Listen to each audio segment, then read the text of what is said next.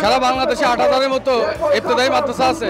আমরা চাচ্ছি আমাদের জাতীয়করণ। আমরা অনশন করব, যেভাবে আমরা দাবি আদায় করে নিতে পারি, সবাই ঐক্যবদ্ধ হয়ে আমরা এই প্রচেষ্টা চালিয়ে যাব। এখন আমরা এক দফা দাবিতে পরিণত হয়েছে, সেটি হচ্ছে যে ইবতেদায়ী মাদ্রাসার সকল মাদ্রাসার জাতীয়করণ করতে হবে। দাবি দেওয়া ৬ দফা দাবি সহ একটি স্বীকৃতি কিন্তু প্রধান উপদেষ্টা বরাবর তারা দিয়েছিল দুপুরে, কিন্তু সেখানে তাদের কোনো আশ্বাস না পাওয়ায় তারা আন্দোলন চালিয়ে যাওয়ার ঘোষণা দেয়। পরিবেশ যদি দেখাই, একজন আহতকে নিয়ে যাওয়া হচ্ছে হাসপাতালে, বেশ গুরুতর আহত হয়েছেন তিনি, হাসপাতালে নিয়ে যাওয়া হচ্ছে।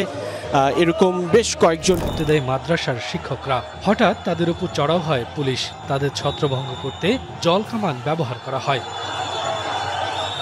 এ সময় আহত হন কয়েকজন শিক্ষক। বসবেন সেখানে তারা আসলে কি সিদ্ধান্ত নেয় সেটি দেখার অপেক্ষা রয়েছে। তবে তারা বলছিলেন যে এখন পর্যন্ত যেই খবর তাদের সাথে কিন্তু কেউ যোগাযোগ করেনি। রমনা জোনের যিনি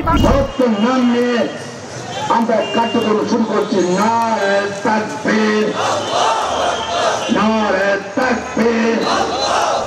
টিউশনি করে চলি, যা চলে তাহলে আমাদের কোনো রকম পেটে ভাতে চলে। আমরা বউ ছেলে মেয়ে চলতে পারি না, তারা আমাদের ধিক্কার দেয় যে কি চাকরি করো।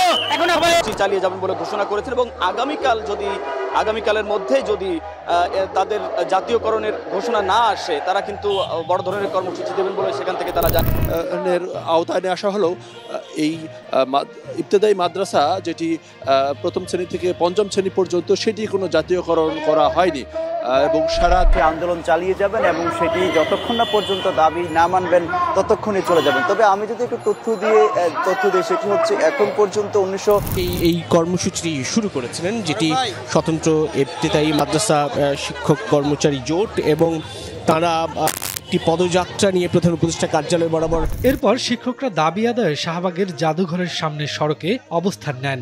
দুপুরে ও সন্ধ্যায় আন্দোলনরত শিক্ষক